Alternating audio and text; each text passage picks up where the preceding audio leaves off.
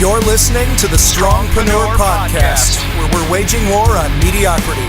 Live your strong life and build your strong business with me, Tom Reber. Mediocrity dies today. Hey, thank you for joining us today on the Strongpreneur Podcast. My name is Tom Reber from motorhard.com, and we're all about waging war on mediocrity in your life and your business, and I can't think of too many people more qualified than my guest today, Marcus Sherian. How you doing, buddy? Yo, Tom, it's my pleasure. I'm excited to be here, and hopefully we'll say something today that adds some value to the life of your listeners. But thank you for having me. Well, you're very welcome, and I want to share with people, just in case they're not familiar with your story and stuff like that, a little bit of your bio, if that's cool. Sure, whatever, man. All right. So, in jump in anytime you want here, but in 2001, fresh out of college, Marcus Sherian stumbled across his first business with two friends and began installing swimming pools out of the back of a beat-up pickup truck. 9 years later, and with the help of incredible innovations through inbound and content marketing, his company overcame the collapse of the housing market and became one of the largest pool installers in the United States, and currently has the most visited swimming pool website in the world, which is riverpoolsandspas.com.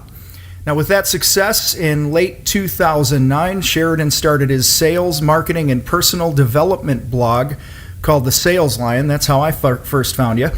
And has since grown the Sales Lion brand to be synonymous with inbound and content marketing excellence. He's been featured in multiple industry publications, including the New York Times, where he was referred to as a web marketing guru. Today, when he is not giving riveting and passion-filled keynotes around the globe or consulting with businesses and brands, he generally finds himself on an adventure with his wife and 4 children. Did I miss anything, man? That's it, bro. That's my life right there in a nutshell. So tell me about that beat-up pickup truck. Well, nobody ever grows up saying, I want to be a pool guy, right? Uh-huh. And I think the stat right now is within 4 years after graduating college, 75% of the country is not in the field that they studied, right? Mm-hmm. And for me, I was working after college at this one company, didn't like it, didn't feel good about it. So I came back home temporarily, trying to figure out what exactly I wanted to do, where I needed to go next. And my 2 buddies had just started this company. They said, "Hey, could you run our little retail store while we're out putting pools in the ground?" And I said, "Yeah, sure, I'll give it a go until I find something else that I like." And 6 months into it, they said, "Hey, why don't you join the team? You'll be the 3rd partner." And the rest, as they say, is history. And, Tom, we went through some incredible times, right? We tried to, like every business, grow the business and spend tons of time and effort dealing with that. And we experienced the roller coaster of all those things. And then, the market collapsed in 2008, and that was a terrible time for swimming pool companies throughout the country because nobody had any disposable income, and if they did, it was hard to even get a loan for a swimming pool. So it was a terrible time for us. I remember when the market crashed, the day after the market crashed in 2008, September of 2008, we had 5 people that had deposits on in-ground pools, withdrew their deposits and said, "Hey, we can't get a swimming pool from you all." And so that was $250,000 in business within 48 hours. And they just didn't have the confidence, right? And things got worse and worse. By January 2009, I was 3 weeks overdrawn on our business account. 16 employees sitting at home. I thought we were going to lose everything. That's when I really started to say, okay, if we don't do something drastic and we do it now, we're going to lose the business. I'm going to lose my home, etc. And that's when I started reading about the internet.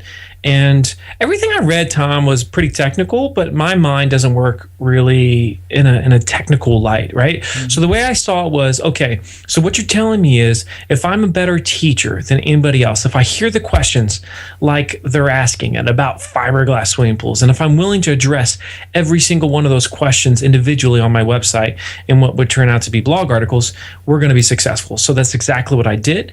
And I started addressing each one of those questions, good, bad, and ugly, Tom, which is the big key. And today, Reber Pools really is the Wikipedia of fiberglass swimming pools, and it's amazing. And like you said, it gets we get about 350,000 visitors a month. It saved the business, and now we're becoming a manufacturer of fiberglass pools as well. Now, the thing about this is, though, Tom, the immediate reaction of some of your listeners as well, that's a B to C company, and we're different because everybody likes to think that they're different. It doesn't matter what they do. And I'm here to say that these principles, which is the principle I call it, is they ask, you answer. And that is, if anyone has ever asked you a question, it's your moral obligation to address it, to put your stake in the ground and say how you feel about it. Your company, you individually, or your company as a whole, as a collective. You do it online, you do it on your website, and you don't have hesitation to do so. And if you do that, you'll become a thought leader. But you have to do it honestly, you have to do it transparently, and you have to do it more prolifically than anybody else in your space. Not always easy, but daggone it, it's possible for every single one of us. I started reading your stuff on the Sales Lion probably right around the time you started. And I remember a buddy of mine, David Chisholm. He was also in the painting industry. Yep. I was a painting contractor for a number of years. He's like, hey, this guy's got some pretty cool stuff. You should check it out. And so I started listening or reading your stuff, and I'd see you speak in a video here and there that somebody was holding with a flip phone or something at an event you were doing, and I remember hearing all that, and we were going through something similar at the same time. Now I didn't have big swimming pool deposits being taken back, but our revenue was cut almost in half with my painting company years ago, and dude, I just copied what you were saying. I just copied what you did, and started answering questions, and I didn't do it very consistently. I started blogging, and what's funny is when the I guess the scales fell from my eyes and I could see clearly, if you want to put it that way, is I remember knocking on this guy's door, and I said, how'd you hear about us? And he says, well, that's a funny story. He says, about a year ago, I was removing wallpaper in my kid's bedroom, and I was having a really hard time with it, so I went and asked Google how to remove wallpaper. And some article you wrote was there, and I followed what it said, and it worked. And I said, well, that's awesome. That was like a year before. And he says, but then, he's a real do-it-yourselfer. He says, then about 4 months ago, my kid opened the door really hard and put the doorknob through the wall. And he says, I suck at drywall repair, so I'm going to go back to Google. And he asked Google how to repair drywall. And he says, another article that you wrote came up. He says, well, about a week ago, it was either him or his wife just found out they were getting transferred. And he says, we got this huge house. I'm normally a do-it-yourselfer. We got to get this thing ready to put it on the market. And I just figured every time I went to Google, you were the one standing there, so you were the one to call. It's beautiful. And that's when I was like, we were only like writing one blog a month, and it wasn't even good. And that's truly when I was like, all right, this is serious stuff. And so that whole they ask, you answer thing has been, I might owe you royalties or something from clients I've picked up over the last few years as a coach, because honestly, dude, I'm just repeating what you've been saying for so many years, and I appreciate it. Well, I think it's just a philosophy, right? And it's one where when I think about my what makes me tick, Tom, I'm obsessed with the way people think. Mm-hmm. And when I was a pool guy, I was obsessed with the questions that they were asking. And I was obsessed with giving answers in a way that they could understand them, in a way that the light bulb could come on. And then I applied those same principles to the marketing space. And then I applied it to the speaking space. It's like, when I go out there and speak to an audience, and I've been fortunate enough to have a pretty decent amount of success in the speaking space coming from a pool industry, right? Where, you don't hear about people going from pool guys to professional speakers, right? And so how does that happen? And I think one of the biggest keys for me is I've never gotten in front of a group of people, or I've never put my pen on a paper and said, I want to try to sound smart today.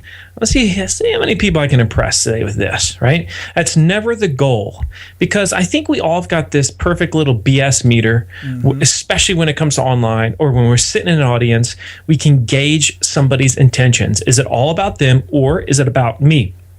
It's about the listener, the searcher, the viewer. It's about them helping me out, just like you did with that guy and his drywall, right? And so that's been my obsession. I obsess over the questions they're asking. I obsess over listening better. I obsess over the way that I communicate in a way that they actually get it, they understand it, the light bulb comes on. I obsess about solving their problems. And it doesn't change regardless of the space. And this is the big, and I already said it once, I'm gonna say it again though, Tom, because you've seen this, I've seen this. You go to a room full of, let's say, 100 businesses, right? And you say to everybody in that room, so by a show of hands, how many of you would consider yourselves to be in a very unique or different industry? Things just work differently in your industry. And of course, you know what percentage would raise their hand, 100%. Or let's say you used to be a painter. Let's say you took a painter and you took 4 painters. One was in California, one was in Colorado, one was in Tennessee, and one was in Virginia. And you got them together and you said, which one of you 4 is in the most difficult area to have a painting business? Mm-hmm. Of course, every single person in the room is going to raise their hand. Why is that? We're obsessed with this idea that we're different, unique, and special. That's how it works. And the moment we let go of that, and we say, you know what? I play under the same rules as everybody else. And ultimately, what business is about, what life is about, is we're in a battle for trust. Who can engender more trust than anyone else? Your podcast is about engendering more trust so that people keep listening. So is my podcast. So is my blog. So is your blog. This is what we talk about. Your coaching is about, can they trust you more as a coach than other people to guide them in the right direction? We are in a battle for trust. And if we can win that battle, we're going to be very successful financially, emotionally, spiritually. There's a very good chance we're going to be very, very successful. I love that. I love the, you brought up trust, and so many people, you've heard it before, experts are the ones that people trust. That's why every time there's a tragedy in the nation, they look for an expert. And that expert they bring on TV. Yeah, with the white coat on, right? With the white coat and all this other stuff. But and a lot of times it's not even the guy who knows the most. It's just the one who's been, he might be writing a column or he might be doing some sort of podcast, whatever. And so now he's an expert. But okay, so let's look at that for a second. There's a big difference between somebody gets invited to be on TV one time and the one that keeps coming back over and over again. Mm-hmm. And there's one great separator, and it's not how smart they are. It's the ability for the other person that's watching, the viewer, to nod an affirmation. Yep. That's correct. That's correct. And a lot of the ones that get interviewed, they don't have that ability. So the thing that makes, say, somebody like Gary Vaynerchuk successful is that people can quickly nod and say, oh, yeah, I totally get what he's saying. Gary's very, very good at that. He's very good at that, right? And so the ones that do that well, boy, they just, and you can tell, you see people on TV, online all the time that are trying to sound intelligent and look and appear impressive. And what happens is they end up looking stupid and they don't get invited back. They don't get the trust and they become an afterthought. So, you brought up Gary Vaynerchuk. That's how I felt when I first started reading your stuff. Like, you wrote and communicate in a way that, the average contractor dude like me at the time can understand. Yeah. You're like, hey, if somebody asks you how much something costs, and write it. Answer the question and frickin' put it online, you moron. That was like, and so what was funny about that is I did that, and what I noticed is nobody in our local area was answering that question. And you'd type in how much does painting cost or whatever at the time, and I'd have Yahoo Answers, and you'd have all these other forums come up, and HGTV, but not one contractor, not one business like mine in the area did it. And I was like, man, we're going after this. And I think within a couple months of just hitting it hard, I want to say we owned 4 or 5 of the top organic spots in Google for those search terms, which were ended up driving a lot of revenue to us over the years. I mean, you can't be the ostrich with your head in the sand, not with the searcher, nor with the search engine. And if you look at every adjustment or enhancement that Google has made over the last 3 years, it's because they're obsessed with giving you better answers that are more specific to your specific question. That's just how it works. You can embrace that, or you can fight it, but you never win if you fight it. You have to embrace the reality, right? And so if that is the case, how do you address the question in a way that doesn't put yourself in a corner? It's not hard to do. And I can tell you this too. Every single client I have, and these 65% are business to business. A lot of them, their average deal is, because they're selling some complex service or whatever, their average deal is $1 million, $2 million, $3 million, right? And for every single client we have, the number one traffic lead and sales generating content that they have produced has to do with money. It has to do with cost, right? Let me just give you other examples of things that you should talk about, but most people don't. And you mentioned this well, because you said you have these third-party sites that are giving opinions and answers, which is a tragedy, because what's happening right now is most businesses and industries have allowed third-party sites to dictate their income, like an Angie's List, like a Yelp, like a Yahoo Answers, like forums, things like that. That's dumb. If you have the chance as a business owner, as an entrepreneur, to dictate your revenue, why would you not do that? Give you an example of what I'm talking about. Okay, if you go online right now and you search for best swimming pool builders, Richmond, Virginia, which is a very common phrase, or best in-ground pool builders, Richmond, Virginia. People in Richmond search that all the time. And no swimming pool company ever addressed that question. But of course, I addressed that question. In fact, I even listed competitors. And you would say, well, how in the world could you write an article listing your competitors as some of the best pool builders in Richmond, Virginia, Marcus? Number one, I ain't stupid. I recognize the fact that if you want to know who my competitors are, it's going to take you about 10 seconds to figure it out. Number two, I realize that tons of people every single year in the Richmond, Virginia area are searching that phrase. I'm going to be the guy that they read if I'm just willing to address the stinking question, right? Because it's all a battle of trust. And if somebody reads that article like, my goodness, this guy is so honest, I should probably call him too. That's what happens over and over again, right? And so I show articles like that to businesses like, oh my goodness, I can't believe you mentioned your competitors on your site. Look, it's no long. This is the thing, Tom, and I can't stress this enough. Consumer ignorance is no longer a sales and marketing strategy. Great point. Yep. And it used to be we could say, we won't mention that. And if we don't, they'll never find out about that. They'll never find out about that option, about that competitor, about that methodology. Forget that, man. That is so 2000, right? Now it's 2015. They will find out everything. In fact, they'll find out the good, the bad, and the ugly. So you have a choice. Either you can address it or you can allow somebody else to address it. But know this, somebody will, and whoever does, they're going to earn that trust. They're going to earn the phone call. They're going to earn that sales appointment, and ultimately that's what generates revenue. So if memory serves me right, you wrote a blog post a few years ago that's done exceptionally well, and you talked about all the problems with your own product. Right. Perfect example of transparency. Tell us about that. One of the most successful articles I did with my swimming pool company was, what are the problems with the fiberglass pool? And today, if you go online and you research... Now hold on. I want to cut you off real quick. I want to clarify for everyone listening. Marcus only does fiberglass pools, right, Marcus? That's correct.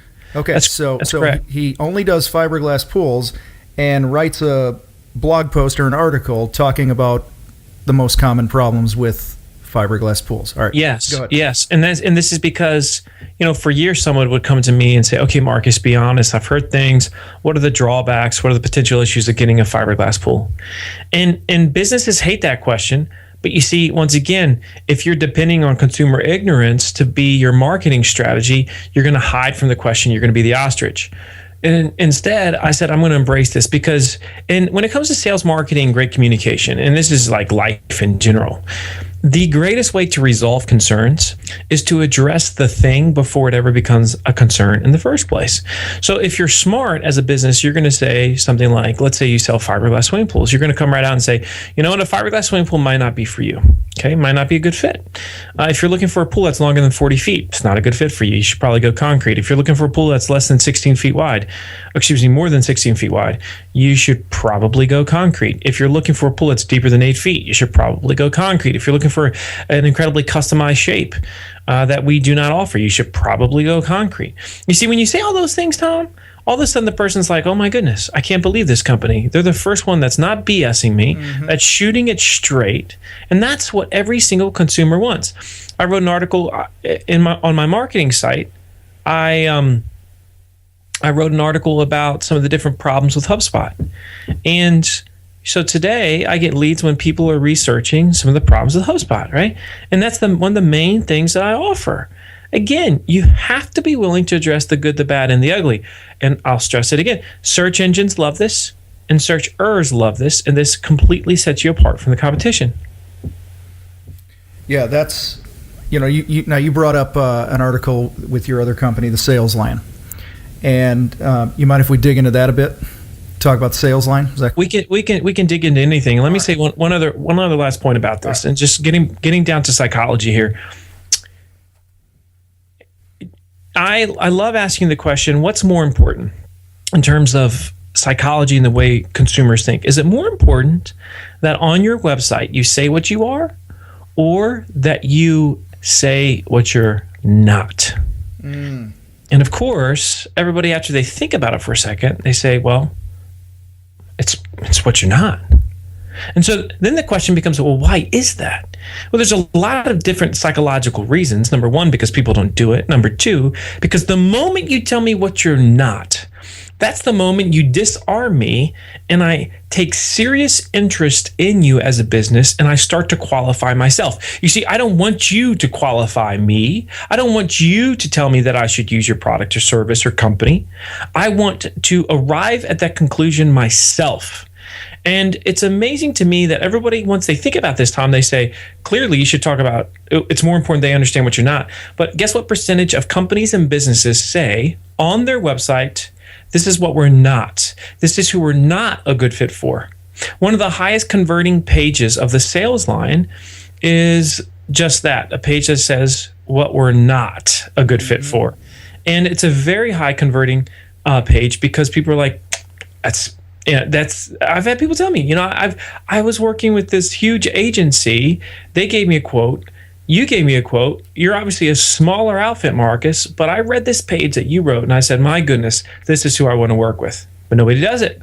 Why do you think that is? Why does such a small percentage of businesses take the time to create something like that? Well, I think it's a scarce mentality, number one, Tom. We come from this place where we think that we want every lead. Reality is, this, especially from your coaching, the happiest businesses, the happiest people are the ones that understand just as much what they are not as what they are. They understand who they want to work with and who they do not want to work with. And it's clearly delineated, right? And so when businesses are having a bad experience, when they're frustrated, it's usually because they engage someone or a company that they knew was going to be a bad fit. They felt it early on in the process, but yet they gave in. And the only reason why we give in is because we have a scarce mentality and we're thinking about cash flow. And we take the cash and then we engage. And then we say, my goodness, this sucks. I hate my job. I hate this person. Why am I doing this? And that one person, even though they might be a small percentage of our client base, they ruin our whole day. And they oftentimes make us hate our job. That's why the happiest businesses clearly understand who they're a bad fit for.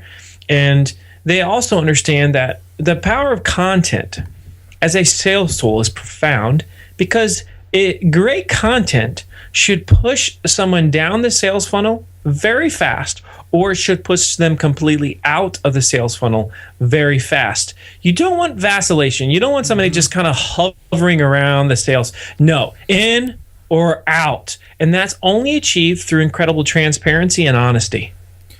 Yeah, if somebody hits your page and it shows that your widget costs, starting at $5,000, that's usually a pretty quick indicator for people. Either this place is for me or it's not. Tom, you know how many times I've heard Marcus, we've tried this whole internet thing, but our leads from our website are bad. Okay. Leads are as good or as bad as the content that brought them there. Or in other words, the messaging that brought them there. If you're getting crappy leads, it means you have really crappy messaging because you're probably a crappy teacher.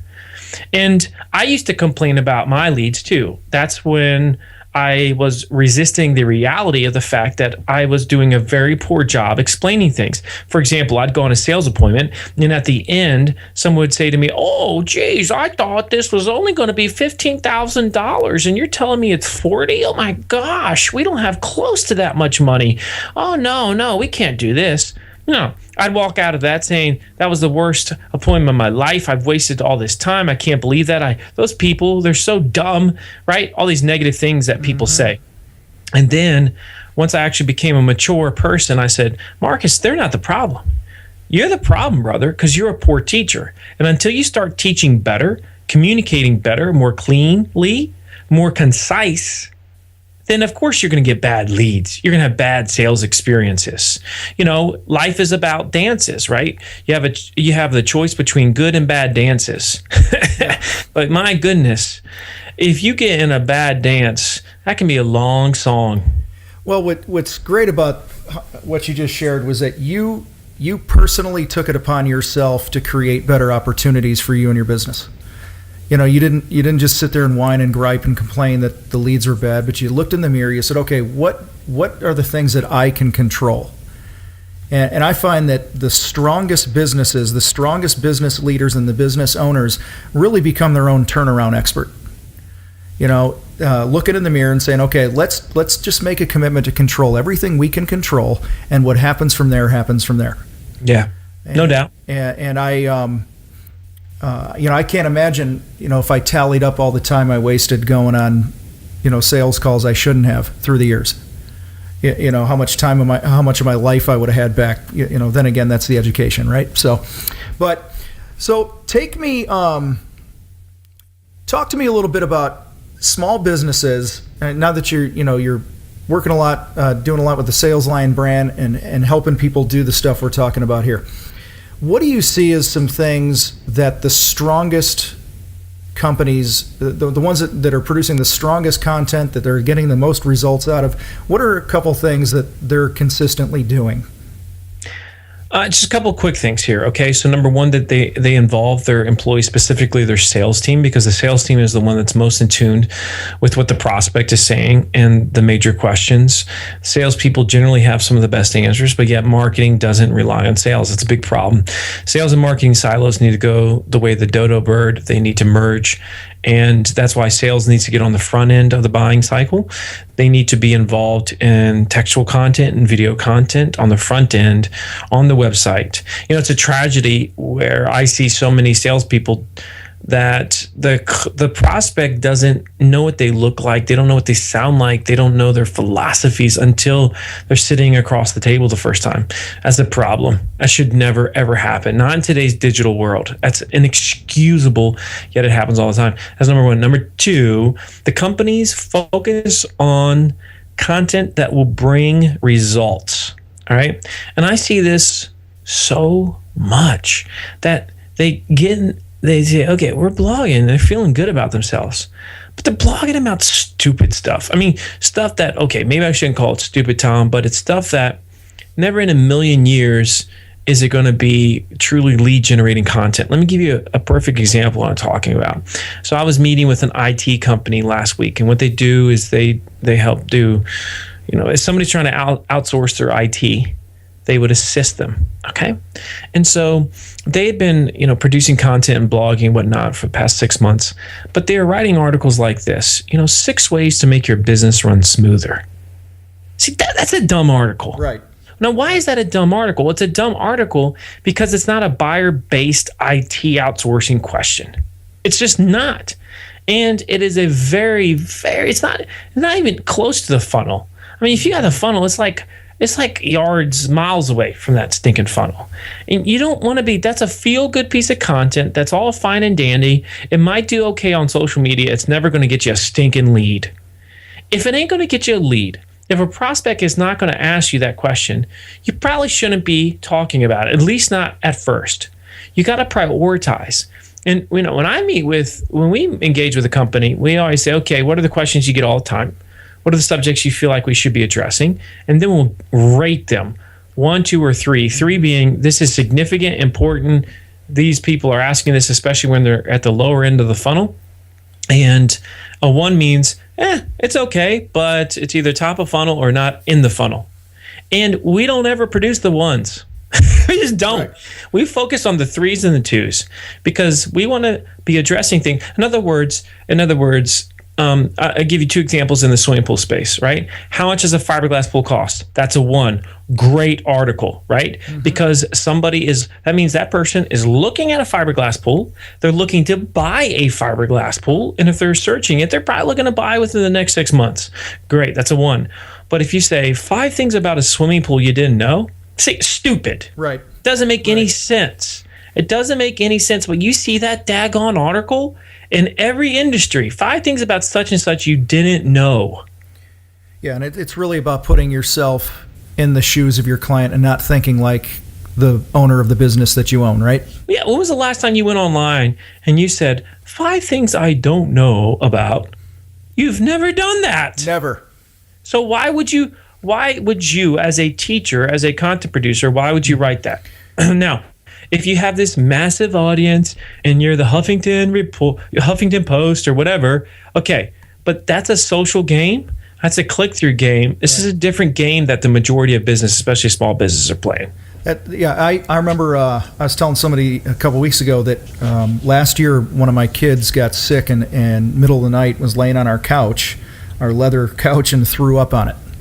And I went to Google at like 2 a.m. and I asked how to clean vomit off a leather couch. I didn't search for best cleaning company. I didn't search clean. I searched for a specific problem that I was having, and not one company answered the question for me. No, they don't think like you. They don't think like you. And it happens. Believe it or not, it's a funny story, but it happens all the time. That's that exact thing. And there's so many other cases like that. And if a business is listening, if they're tuned in, they're going to be addressing that on their site. Mm-hmm. So I know we talked a little bit about some of the challenges you had, the dark days of your pool company, people asking for money back and really on the verge of, going out of business. Pretty tough mental challenges back then, I imagine. How about with the sales line? What kind of challenges do you run into now? You're out of the contracting world, at least a lot of the day-to-day. You've started this new career, this new brand over the last few years. What's been the most challenging about making that transition for you? I mean, I think no matter what you're doing, you're going to find that you essentially experience the same challenges. How quickly do I scale? How do I balance my time? What is going to bring me the greatest return on my time's investment? What should I focus on with my business? Mm-hmm. And what is a distraction? How do I say no to the things that I should be saying no to, and yes to what I should be saying yes to? How do I make sure that I get value for my services and proper compensation, right? And really, I asked every single one of those questions when I was a pool guy. Mm-hmm. It hasn't changed, even though now I'm in the B2B space. I'm dealing with, multi-million-dollar companies and all these things. It hasn't changed. It hasn't at all. I'm going through the same exact issues, just in a different space. So you brought up prioritizing and your time and things like that. How are you approaching that now? How do you make those decisions of where your time goes? Well, number one, I have employees that help a lot. Okay, that are taking things off of my plate, which are allowing me to focus on that which I can make the greatest impact. Right, and that's, man, how many of us get caught up in the minutia, mm-hmm. and we just get bogged down, and I'm not saying that I've cleared my plate from minutia yet, but I'm constantly in that process. And that to me that's been one of the greatest keys, Tom. But I'm still figuring it out, and I'm still learning to say no at the right times, because when you're a good person and you're kind, you want to say yes to everybody, and you can't do it, especially in today's crazy busy world, right? We're not just sitting back and getting home at 5 o'clock and kicking our feet up and with all the kids on our lap anymore. That's not the way society is. And I love my kids sitting on my lap, but it's just not. It does. But you have to, if you don't really intentionally control your time and your schedule, things will hit the fan, and it'll get away from you so very, very quickly. You have to be so careful. Yeah, it's just being aware of what you do best and making sure that you're putting those things on the calendar first. What are the high impact things that I do in my own business that move it forward, and make sure that gets my best energy and focus instead of my scraps. And that's delegating, outsources, hiring a VA, whatever the heck you got to do that. But one of the things I like to ask people, and an example I use is, we all have fears, things that we're afraid of, and I'm sure that you were. I know, being a business owner, being a father, being, who you are, there are certainly things that pop up that you just go, oh man, this ain't good. How do you have an example of maybe a recent example of how you've maybe gone toe to toe with something that was scary? Like that word, scary. Back sitting. I read your story. I've heard your story many times. You're sitting at your kitchen table, and your business is struggling, and you're like, "I'm going to be writing blogs. I'm going toe to toe with this thing. I'm going to turn my business around." You walked into the punch, and you addressed what needed to be done. Building this new brand. What are some things that you might have had to do the same with? Well, I think that one of the, I guess for some it would be considered scary, is I went from being a pool guy to sitting in front of 2 people. Now it's not uncommon for me to stand in front of 2,000 people, and I'm getting paid to bring value. And what's interesting, Tom, is that I didn't really know what I was going to be when I started the sales line. I didn't know I was going to have what would be a marketing and sales consulting company. I didn't know that. I didn't know I was going to be speaking around the world. I didn't know that. But I did know that I felt like I had things that needed to be discussed, and I needed to vet them out of my mind. I needed to distill my thoughts. I needed to put them down. And if I did, good things would happen. And I think the biggest problem that many people have is they say, I want to see the whole thing. I want to have a plan. I want to have all these goals. Mm-hmm. I want to write down where I'm going to be in a year, and then in 2 years and 3 years. I want to know exactly what we are as a company, what our what's the word I'm looking for? Unique value proposition is, all these things. Man, you realize how impossible it is to define all those things. I'm telling you, you have got to walk the trail before you see where the thing actually goes. But yet most of us want to see the end of the trail first. Mm-hmm. We want to know, I'm clearly going to be speaking to people all over the world and getting paid well to do it. I didn't know that. I did not know that. I was willing, though, to start the process of walking and figure it out. And I'm still in that mode of figuring it out because, Tom, I don't think my end play is to talk about marketing. Now, that's what I'm talking about today. But I don't think that's what I'll be talking about in 10 years. But I know I need to talk about marketing today so as to figure out what I'm supposed to be talking about in 10 years. And I'm okay with that. That's great. I mean, you know, one of the things you said that just really hit me was I didn't know what this thing was going to be when I started. And I felt the exact same way about my business now.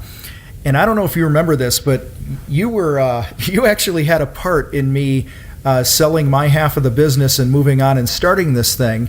I remember I was on my way to a speaking gig. I still was a part owner in my painting company. And you and I had like a 20-minute phone call, and I'm like, dude, I wanted to talk to you because you're a contractor and I'm a contractor, and you just kind of get each other. And I remember, I don't remember exactly what you said, but you were like, dude, just go for it. Give it a shot. And it was at a time where I was really on the fence, and it was that conversation, along with a couple other things going on in my life, that really helped me to take that step. And I think what's been great about it is I just knew I needed to be true to myself and what I was feeling inside, that I was just due for a change. I didn't want to live some mediocre life. I didn't want to do something that I wasn't totally passionate about. And every now and then you just got to take a shot and go for it, even if you don't know how it's going to turn out. So, man, I wanted to just thank you for that conversation, but also to, if anyone's listening to this that's on the fence about whether you need to quit a job or start something new or change direction, you don't, like Marcus said, you don't have to see the end here. You just need to know that I got to take a step today and see what happens, take a step tomorrow, see what happens. Yeah, that's a good point. And, one thought that I think that I would want to close with is this, and that is the reason why I told you that, like I did, and I don't tell everybody that, is I could tell that you were a stallion and you were ready to run. And if a stallion ain't running, a stallion is dying, and a stallion certainly ain't happy in a pen. And the moment you become restless is the moment you got to make a serious choice, because restlessness with your job doesn't go away. It just doesn't dissipate. And so you have to address it somehow. Either you, within the same company, you reposition yourself, you redefine your roles, and you give yourself new challenges, or you move on. But you can't stay where you are, because otherwise you feel like you start to die, at least on the inside. And that's not a good feeling, and that's where people get depressed. That's where they get frustrated, and that's why they look in the mirror and they say, I am not happy where I am. Great point. Couldn't end on a better note, man. Couldn't end on a better note. So, hey, first of all, I want to thank you for taking time to hang out with us today and share a bit of your story. I know we just scratched the surface, but Marcus, if somebody wants to connect with you, how do they do it? What's the best way? The best way to connect with me intimately is my podcast. It's Mad Marketing. You can find it, of course, anywhere, iTunes, Stitcher, etc. You can see me at thesaleslion.com. I'm at thesaleslion on Twitter.